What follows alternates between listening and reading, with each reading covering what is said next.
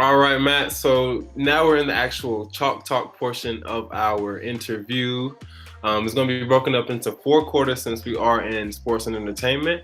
Going right into it in the preseason, going to just have you introduce yourself one more time with your name, where you're from, and where you work. And then what is one aspect of sports do you appreciate the most? Yeah, hi everyone. My name is Matthew Wall. I am a Wish manager from MakeAWish, Arizona. I'm also born and raised in Phoenix, Arizona. And one aspect of the sports world that I truly appreciate the most is the power of sports to bring together communities.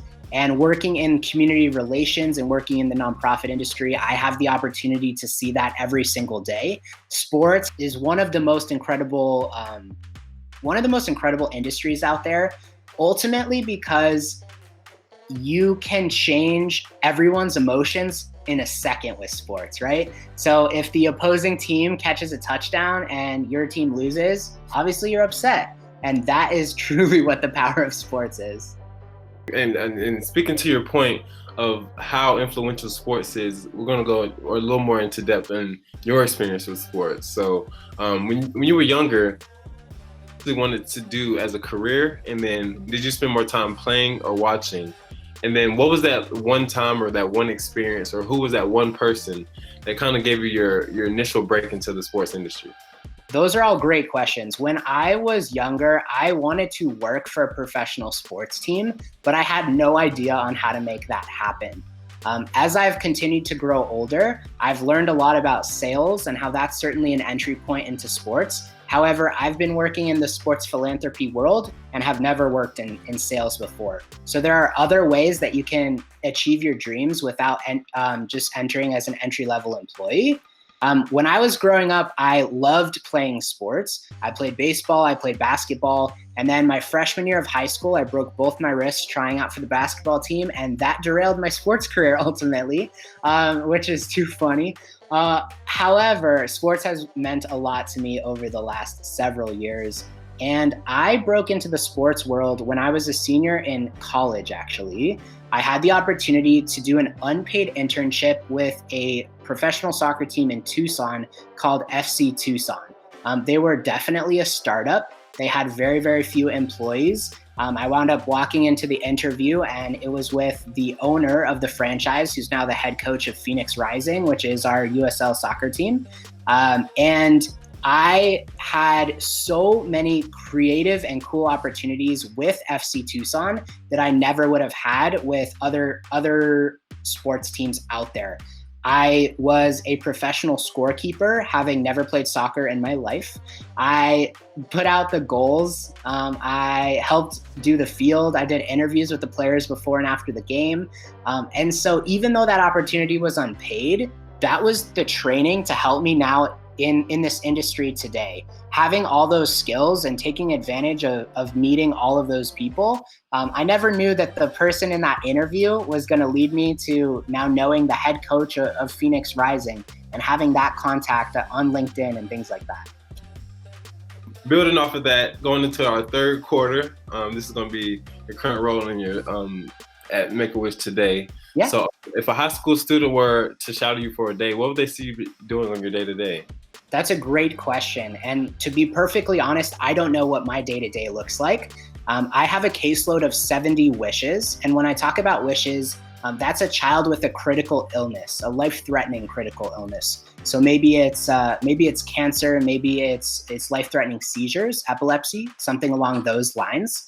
And in my role, I get to plan the behind the scenes of wishes. So I get to guide the Wish family and the Wish child as they have the opportunity to meet Shawn Mendes at a backstage concert. I have the opportunity to build a play set or a playground or design a room redo, or even I helped create a humanitarian scholarship for a child before they passed away so that they could influence their own community. And so MakeAWish is an incredibly powerful organization. So now that you mentioned those really, really powerful wishes that you've been able to accomplish, and how do you cope with seeing all these sad stories? And you make it worthwhile at the end, but how do you, emotionally cope with having to deal with these situations? That is a fantastic question, Christian. And sports philanthropy and my fellow colleagues in this industry, we hear stories all the time of kids who are struggling, of fans who are struggling, of community members who are struggling.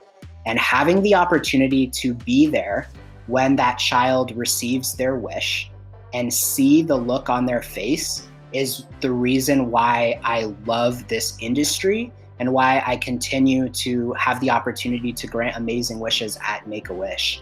You truly never know what you're walking into, what the stage of the illness looks like.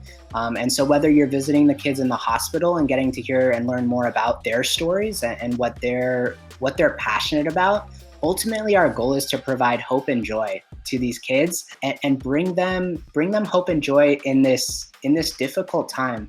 Right now, COVID obviously is certainly a challenge, but ultimately we know that we can continue to inspire kids. And there is a lot of research out there that when a child has a wish granted, their illness improves, actually. Specifically, I've seen that several times. When a child who was on their deathbed, suddenly their numbers improved right after their wish was granted. Wow, and that also speaks to your point earlier about just the power of sports and how it can change people's lives. And it's crazy to think that it can go into that magnitude where it can change someone's health. So going to end off this section with one more question for you, Matt. Yeah. What is one skill that has helped you succeed and stay sustainable throughout your sports career? Always sending handwritten thank you notes. Whenever you meet somebody, whenever you connect with somebody, send them a thank you note, even a thank you text, and just say, hey, it was awesome to meet you today. I would love to continue to connect with you in the future. When somebody receives a letter in the mail, their heart just is so joyed, right?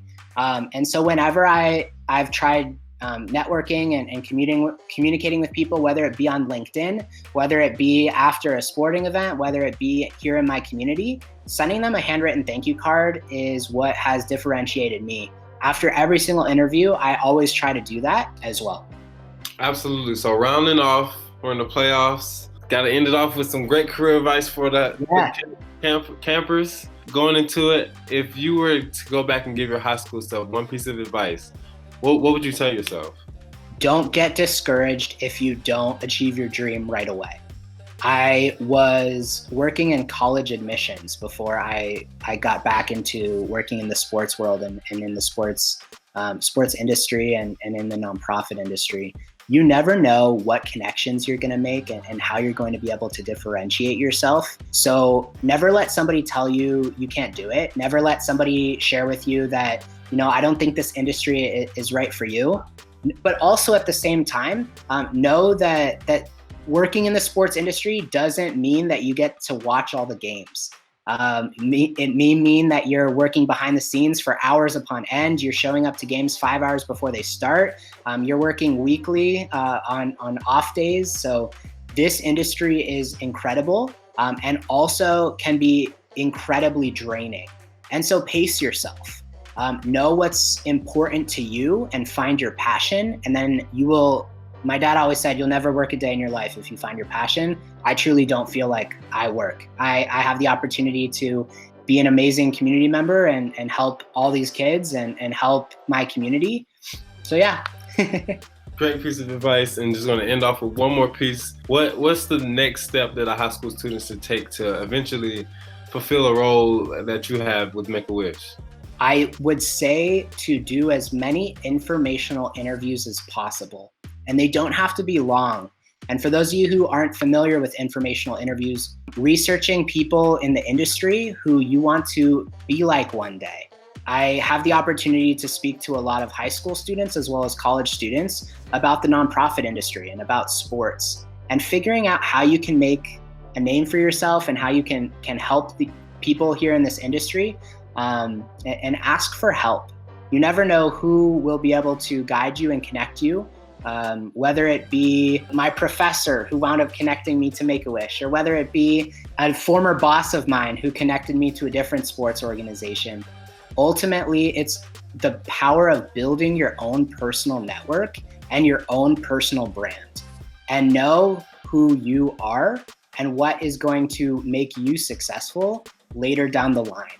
And if at any time your morals and your values don't align with that organization, or they don't align with something that you're seeing, speak up and share your voice, and know that you are an incredibly important person here in this community, and in the sports industry as a whole. Absolutely. Well, way to close it, because you left me without any words. So I want to thank you again, Matthew. Campers, definitely stay on the lookout for more content. We have a lot more amazing professionals for you guys. Peace.